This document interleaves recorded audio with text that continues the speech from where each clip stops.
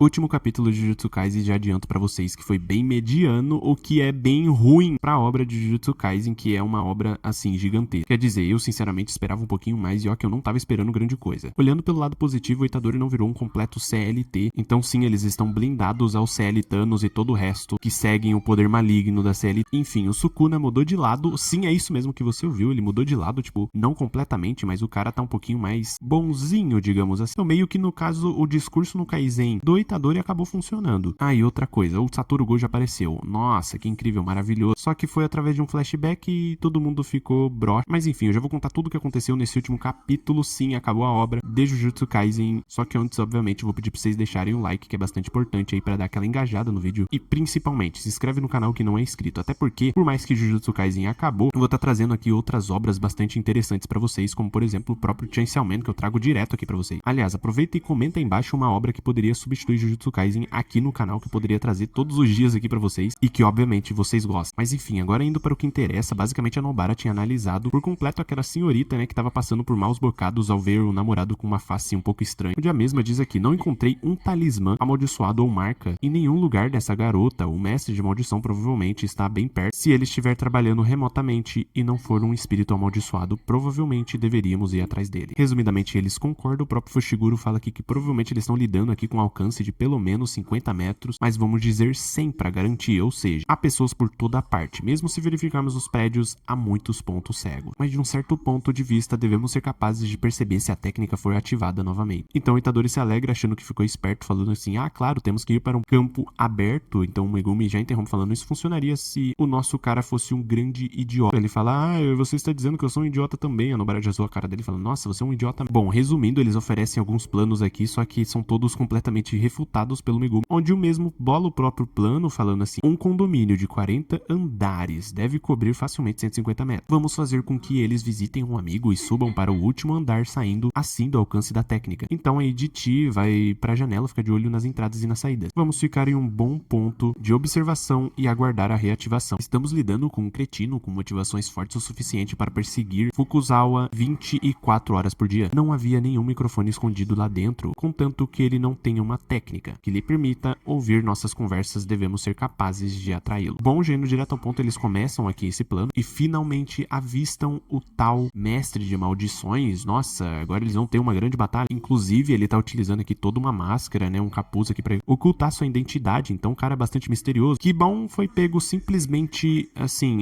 de uma facilidade absurda e descobriram que ele não passava apenas de um stalker mesmo, que meio que tinha dado em cima dessa menina, que simplesmente recusou ele, entre aspas, né, não voltou mais a conversar com ele. Então o cara simplesmente começou a amaldiçoar ela 24 horas por dia, não faz nem sentido. Mano, eu diria que essa aqui seria uma das, se não a pior missão que eles já tiveram envolvidas. Não faz muito sentido, não teve alteração nenhuma pro final de Jujutsu Kaisen, eles não, assim, não mudou nada se tivesse ou não essa missão. O que me ficou parecendo é que o GG Akutami só utilizou isso pra ocupar parte aqui do último capítulo, cara, sendo que poderia ser muito mais bem desenvolvido. Ele basicamente tinha algumas cartas na manga, por exemplo, o Takaba ser o mestre de maldições, porque ele tá utilizando a sua técnica que ele não sabe que tem e como funciona, então seria bem plausível. E outra coisa, o que é isso aqui, mano? É o Kinjaku? É o Geto? O que tá acontecendo? Simplesmente GG Akutami não tá nem aí, ele só deixou isso aqui no ar. Então eu não vou me delongar muito, até porque essa partinha, sendo bem sincero, é bem chatinho. Acho que eu diria que o ponto principal após isso é basicamente a conversa entre o Satoru Gojo e o Itadori, no caso um flashback entre os dois, onde claramente o Gojo tá meio cansado, falando assim, eu acho que seria bom, mas como eu posso dizer em palavras? Nós já não tivemos o suficiente de Satoru Gojo, então o Itadori pergunta o quê? Então ele responde, eu quero que você pense um pouquinho mais pra frente, pense sobre o futuro, Yuri. É claro que é um sonho que quero que você carregue caso aconteça alguma coisa comigo, mas se for aqui, eu cairei, chegará um momento em que vocês crescerão mais do que eu, certo? Acho que deve ter pelo menos um entre vocês que vai se esquecer de mim e desenvolverá uma força completamente diferente da minha. Então o Itadori fala assim, não há como te esquecer, você tá me parecendo fora do normal, um pouco diferente, tá tudo bem com você? Então ele dá risada e fala assim, você é só um garoto, né? Eu não poderia estar mais confiante, mas eu estou ansioso por isso. No caso, ele só tá torcendo pro Itadori, entre aspas, esquecer ele e superá-lo. E na minha sincera opinião, sim, o Itadori eu acho que é um dos únicos que tem esse grande potencial. Ah, mas e o Takaba e não sei o que? Bom, pelo visto, o GG Akutami tacou ele na lata do lixo. Era simplesmente um dos meus personagens favoritos, por isso que eu tô batendo nessa tecla. Mas então agora vamos pro grande finale, sim, a conversa entre o Mahito e o Sukuna. Basicamente, os dois se encontram aqui no além, ou sei lá onde é isso, pelo que dá a entender, a passagem das almas para para o próprio além, né, para onde eles devem ir. Onde o Mahito, fica lá e ele já vai explicar o porquê. Ele já começa aqui a conversa com o Sukuna dizendo aqui: quem imaginaria que eu veria você por aqui, simplesmente o mais poderoso da era. Sukuna dá uma risadinha, fala assim: ora, qual será essa nossa segunda conversa? Então o Mahito simplesmente explica aqui, falando: minha técnica mexe com alma. Considere isso um vestígio. Bem-vindo ao caminho em que as almas percorrem em seu caminho ao longo do ciclo. Só que então eu queria te perguntar algo. Você estava mentindo, não é? Para si mesmo e para os outros, que você não estava vivendo de acordo com a sua própria grandeza. Na verdade, você só queria vingança, uma vingança contra aqueles que se ressentiram e perseguiram aquele pequeno ser amaldiçoado e indesejado. O Sukuna então retruca falando: qual é a diferença? Vivendo da única maneira que eu sabia viver. Este é o jeito que escolhi seguir o meu rumo. Então ele interrompe dizendo: na verdade não, eu tinha 2 caminhos para ser exato. Então atrás dele é mostrado simplesmente 2 mulheres, tanto do lado esquerdo quanto do direito. O que se dá a entender, como ele fala 2 caminhos, seria a Uraumi versão mulher e a versão feiticeira, digamos assim. E de acordo com ele mesmo, quando diz aqui: e mesmo assim eu não pude deixar de cuspir as maldições que se agitavam profundamente em minhas vísceras. Então meio que devido aqui à maldição dele, basicamente eles tomaram rumos aqui de feiticeiros jujutsus e posteriormente se tornaram maldições. Inclusive ele mesmo fala: eu temia que minha própria maldição me matasse. E se houver uma próxima vez, talvez fosse bom seguir um caminho diferente. O Mahito fica pé da vida falando assim: isso é tão chato, você ficou mole, seu idiota. Então mesmo fala que, é claro, eu perdi a final enquanto caminho aqui de mão dada com a Uraumi indo para o além. Então pelo visto o discurso no Kaizen funcionou de fato. Para finalizar a conversa, o Mahito começa a gritar com ele, né, ficando maluco, falando assim: que droga é essa? Vou ser o único